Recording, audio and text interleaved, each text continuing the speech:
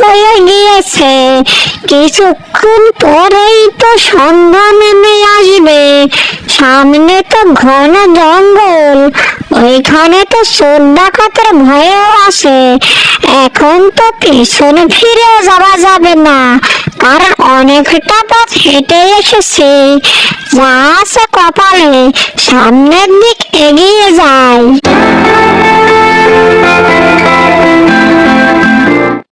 এই এই ভোলা, তুই ভালোভাবে তাকিয়ে দেখিস, এখন কিন্তু সন্ধ্যা নেমে আসছে। এখন যদি কেউ এই পথ দিয়ে আসে, তাহলেই তাকে অমনি খপ করে ধরে সব ছিনিয়ে নিতে হবে। তুই ঠিকঠাক রেডি থাকিস। আচ্ছা ঠিক আছে ভাই নাদুস, কিন্তু আমাকে দিয়ে মনে হয় এ কাজ হবে না রে। আমার সেই কৃষিকাজেই ভালো ছিল, কিন্তু ক্ষেত খামার নেই, অন্যের কাজ করে তো পোষায় না। সেজন্য তোর সাথে এসেছি। আমার মনে হয় না আমি পারবো, তারপরও চেষ্টা করব। আরে ভাই ভোলা, তুই আর আমি তো একই পথের পথিক রে। পেটের দায়েই তো এখন আমরা ডাকাতিতে নাম লিখিয়েছি। আরে ভাই ভোলা, কে যেন আসছে, তুই রেডি থাক। এই বুড়িমা, তোমার সাথে কি আছে? তাড়াতাড়ি দাও, আমরা হচ্ছি ডাকাত। ভালোই ভালোই দাও বলছি, আর না হয় কিন্তু তোমাকে মেরে পুঁতে দেবে। হ্যাঁ, বলে দিলুম। আরে ডাকাতের দল, তোরা আমাকে মাও বলছিস, আবার অসম্মানীয় করছিস। এটা কোন ধরনের ভদ্রতা রে? আর আমার কাছে তো কিছুই নেই, আমি তোকে কে দেব? তুই পান খাবি নাকি?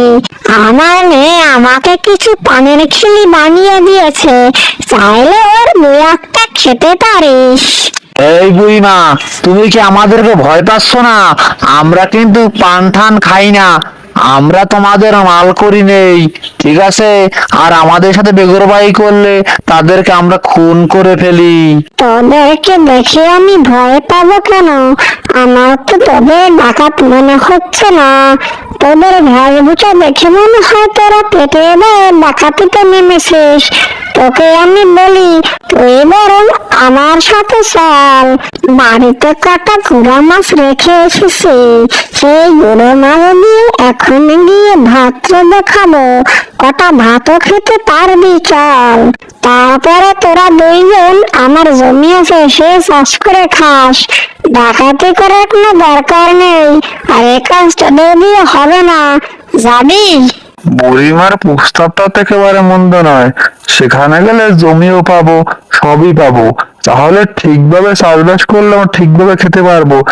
যেহেতু বুড়িমার থেকে ডাকাতি করতে পারিনি, আর কারো থেকে পারবো কিনা কে জানে। শুধু শুধু মার খেয়ে লাভ নেই। বুড়িমার প্রস্তাবেই রাজি হয়ে যাই। হ্যাঁ হ্যাঁ বুড়িমা, হ্যাঁ, আমরা তোমার সাথে যাব। চলো, আমরা ডাকাতি ঠাকাতি করবো না। তোমার ধারণা একদম ঠিক, আমরা পেটের দায়ে ডাকাতি করতে এসেছিলাম। আচ্ছা চল তাহলে।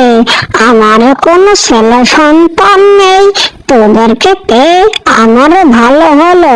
তোরাও এখন জমি চাষবাস করে খেয়ে দিয়ে ভালো থাকবি, আর আমিও একটু ভালো থাকবো। চল তাহলে।